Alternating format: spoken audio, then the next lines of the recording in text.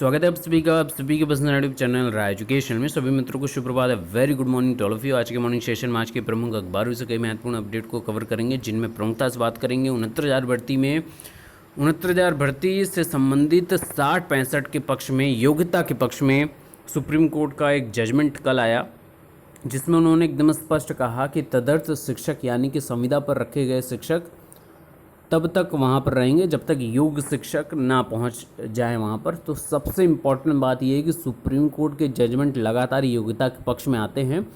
तो जो 60-65 के विरुद्ध में बोलता है, जो योग्यता के विरुद्ध में बोलता है, उसका जवाब ये खुद ऑर्डर देते रहते हैं, है ना।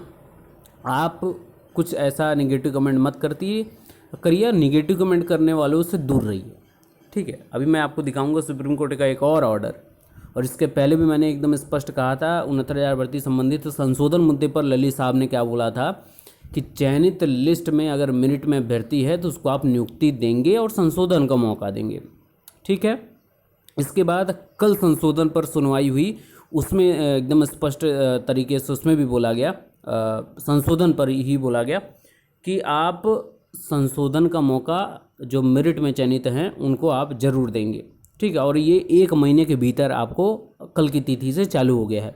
दूसरा प्रमुख चीज़ आया, और अब तीसरा आपको सुप्रीम कोर्ट का एक जजमेंट आज मैं दिखाऊंगा आपको, जिसमें बोला गया है कि तदर्थ शिक्षक यानी संविदा पर रखे गए जो शिक्षक हैं वो योग्य शिक्षक आने के बाद उनको बाहर कर दिया जाएगा। एमआरसी मुद्दे की सुनवाई बहुत दूर लगा दी गई है, डेट उसकी लंबी लग चुकी है, उसके पर बातचीत करेंगे। मुख्यमंत्री का एक बड़ा ऐलान आया भर्तियों के लिए। उन्होंने स्पष्ट कहा कि एक एजेंसी ही पूरे प्रदेश में उस पर बात करेगी। इसके अलावा जितनी भी भर्तियां उसको जितनी जल्दी हो सके समयबद्ध तरीके से आगे बढ़ाने की बात की जा रही है। इसके अलावा बेसिक शिक्षा विभाग से जुड़ी सारी लेटेस्ट अपडेट हम कवर करेंगे। तो चलिए स्टार्ट करते हैं। तो सुप्रीम कोर्ट के फैसले से स्टार्ट करते हैं। सुप्रीम कोर्ट में एक बड़ा और ऐतिहासिक आदेश, माध्यमिक शिक्षा से एडहॉक नियुक्ति खारिज होगी। खुली भर्ती से 21-22 में यानी 2021-22 में परीक्षा का आयोजन हो, नियुक्त लोगों को कुछ अंश का भारांक सेवा काल के आधार पर सरकार को देने को बोला गया। अब यहीं देख लीजिएगा, जजमेंट ऐसा ही कुछ आपको 69,000 भर्ती में देखने को मिलेगा। मैं हजारों बार इस बात को दोहरा चुका हूँ कि जो ऑर्डर आएगा वो दोनों पक्ष के लिए खुशखबरी लेकर आएगा, एकदम स्पष्ट बात है। और ये लॉजिकल इस वजह से हो जाता है क्योंकि सुनवाई के दौरान हमने काफ़ी अच्छे से आप लोगों को सब चीज़ बताया था, और जो लोग ये चीज़ समझते हैं वो परेशान तनिक भी नहीं होंगे। विपक्ष की पोस्ट से, निगेटिव पोस्ट से, वायरल ऑडियो से परेशान नहीं होना है। मैंने एकदम स्पष्ट बोला था कि 69,000 भर्ती में भी आपको क्या मिलेगा, दोनों पक्ष को यही मिलेगा। 60-65 अटल है, चयनित लिस्ट एकदम स्पष्ट है। अब दूसरी इंपॉर्टेंट बात है कि विपक्ष को एक भर्ती में मौका मिलेगा। जो लोग टीटी क्वालिफाइड रहेंगे, 45,000 में से 8,000 निकालिए, 37,000 के लगभग लोग आगे एक भर्ती में और 51,000 पदों के सापेक्ष उनको मौका मिलेगा। तो यही बात मैंने एकदम स्पष्ट तरीके से बोली थी।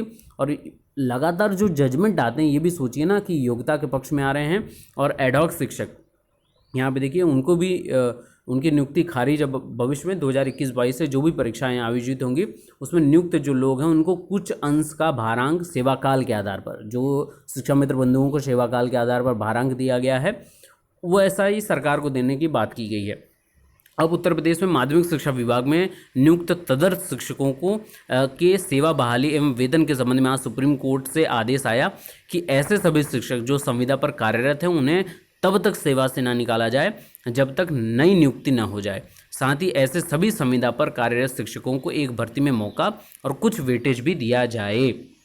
ये सभी शिक्षक करीब 20 वर्षों से कार्यरत थे। इलाहाबाद हाई कोर्ट से 2013 में ऐसे सभी शिक्षकों को नियमित न मानते हुए सेवा से मुक्त करने का आदेश हुआ था, जिसके खिलाफ ये लोग सुप्रीम कोर्ट गए थे, जहां पर आज 2 जजों की बेंच से यह आदेश हुआ कि आज के कोर्ट के आदेश के बाद आयोग एक भर्ती में ऐसे सभी शिक्षकों को जो याची बनकर कोर्ट गए थे उनको परीक्षा में बैठने का मौका दें।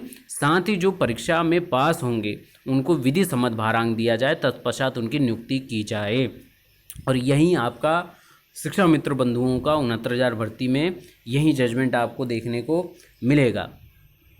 और आज के न्यूज़पेपर्स में भी यही है कि सुप्रीम कोर्ट से तदर्थ शिक्षकों को राहत मिली है। राहत इस बात की है कि उनको आगे की भर्ती में मौका दिया जाएगा और अपना एग्ज़ाम फेस करते हुए कुछ अंश का भारांक लेते हुए, वेटेज लेते हुए अपनी सेवा काल का भारांक के तौर पर उनको मिलते हुए और आगे वो परमानेंट की तरफ आगे बढ़ेंगे।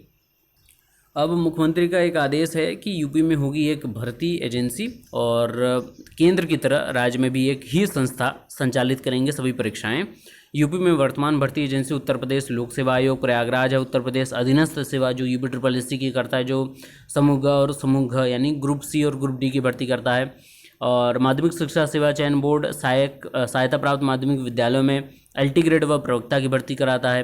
बेसिक शिक्षा विभाग अलग से भर्ती परीक्षा आयोजित करता है, इसका परीक्षा नियामक प्राधिकारी प्रयागराज में बैठता है। उच्चतर शिक्षा आयोग सहायता प्राप्त डिग्री कॉलेजों में शिक्षकों की भर्ती करता है। उत्तर प्रदेश पुलिस भर्ती बोर्ड आपका इंस्पेक्टर तक की, सिपाही से लेकर सब इंस्पेक्टर तक की भर्ती करता है। प्राविधिक शिक्षा निदेशालय कानपुर पॉलिटेक्निक में शिक्षकों की भर्ती करता है और व्यावसायिक शिक्षा निदेशालय प्रदेश के सभी आईटीआई में शिक्षकों की भर्ती करता है। तो इन सभी चीज़ों के बीच में अब आपको एक जो सीईटी का प्रावधान शुरू किया गया है केंद्र में, उसी की तर्ज पर राज्य में भी अब एक ही परीक्षा समिति रहेगी। तो कहीं ना कहीं एक अच्छी बात भी रहेगी, क्योंकि एक ही संस्था की द्वारा भर्ती की जाएगी तो अभ्यर्थी जो हैं एकजुटता से अपनी मांग को एक जगह रख सकते हैं और प्रेशर तो हालांकि बढ़ेगा, एक संस्थान पर प्रेशर बढ़ेगा। अब यहाँ पे देखिए अलग अलग संस्थान है तो वो तय समय पर सही समय पर भर्ती प्रक्रिया करा ही नहीं पा रहे हैं, तो एक संस्थान के ऊपर लोड जाएगा। तो अगर पारदर्शिता से काम होगा तो जितनी जल्दी हो सकेगा नियुक्ति भी हो जाएगी लोगों की। अब 12वीं तक के शिक्षकों के चयन में टीटी अनिवार्य होगा। प्रदेश में पूर्व प्राथमिक से लेकर 12वीं तक पढ़ाने वाले शिक्षकों के चयन के लिए शिक्षक पात्रता परीक्षा यानी टीटी अनिवार्य करने की तैयारी है। डीजी स्कूल विजय किरण आनंद ने नई शिक्षा नीति को लेकर जिला अधिकारियों को भेजे पत्र में इसको रेखांकित किया है। जिलों से शिक्षा नीति को लेकर 5 से 25 सितंबर पंचायतों तक अभियान चलाने को कहा गया है और इन्होंने कहा है कि 2 करोड़ का आउटकम ऑफ स्कूल बच्चों को पुनः स्कूल तक लाना शामिल है। सरकारी व निजी स्कूलों में बच्चों के अधिगम स्तर तय करने के साथ साथ 6वीं कक्षा से वोकेशनल एजुकेशन की तैयारी भी की जाएगी। अब बात करें 69,000 भर्ती संबंधी थी मोस्ट फोकस हम लोग बातचीत करें तो एमआरसी मुद्दे की सुनवाई तो कल हो नहीं पाई जैसा आप सभी को पता है। तो इसकी अगली डेट जो है इसकी अगली डेट सितंबर के 23 सितंबर 2020 यहाँ पर देख सकते हैं। नेक्स्ट हियरिंग क्या है 23 सितंबर 2020 को लगा दी गई है। अब काफ़ी दूर ये मुद्दा चला गया है। अब इन सभी चीज़ों के बीच में एमआरसी मुद्दा जो यहाँ पे चल रहा है, अब सरकार को और शिक्षा विभाग के ऊपर ये बहुत बड़ी जिम्मेदारी है कि मान लीजिए ऑर्डर आ भी जाता है आपका तत्काल प्रभाव से कुछ दिनों के अंतराल पे, उसके बाद भर्ती प्रक्रिया काउंसलिंग समेत आगे बढ़ती है तो ये 23 तारीख की डेट है, यहाँ तक अगर पहुँचता है तो फिर से कोई ना कोई प्रश्न चिन्ह उठेगा।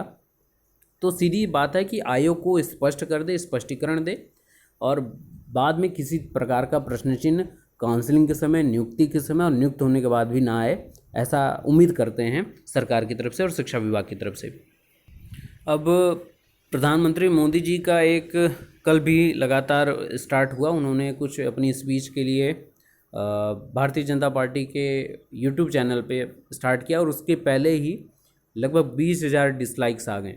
अब यहाँ पर तो विदेशी डिसलाइक तो नहीं करेंगे, अब ये तो समझना चाहिए शीर्ष पर बैठे लोगों को, जो लोग मॉनिटर कर रहे हैं ये सारी चीज़ें वेब पोर्टल्स, उनको अब ये बात समझ लेना चाहिए कि अभ्यर्थियों के ऊपर, बेरोजगारी के ऊपर अगर आप बात नहीं करेंगे तो फिर ये आंकड़ा बढ़ता हुआ और भी आगे बढ़ सकता है। तो इस पर बातचीत करनी चाहिए जो आवश्यक है।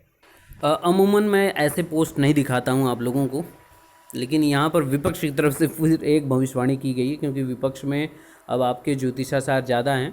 तो 69 शिक्षक भर्ती का बहुप्रतीक्षित ऑर्डर मंगलवार यानी 8 सितंबर को आएगा और 60 और 65 जो है वो अटल सत्य है, जय बजरंगबली। तो ये अच्छी बात भी है, ठीक है ना। विपक्ष अपनी तरफ से करता रहे गुणगान और जो चिल्लर इकट्ठा करने हैं वो करता रहे, ताकि आगे वो काम आता रहेगा चिल्लर बटोरने में। 5 सितंबर की तैयारी कर लीजिएगा आप सभी जितने लोग भी हैं अपनी एकजुटता के साथ, क्योंकि 5 सितंबर शिक्षकों का दिवस होना चाहिए था। शिक्षकों का सम्मान के रूप में नियुक्ति दिवस हमने मन में ठाना था, लेकिन वैसा हो नहीं पाया है। तो आप सभी अपनी बात को उठाएंगे और मैं ट्वीट्स आपको दिखा देता हूं। जो भी आपको ट्वीट करना है, जिस प्रकार का आपको हैशटैग अच्छा लगे उसको आप अपनाइए, देख लीजिए।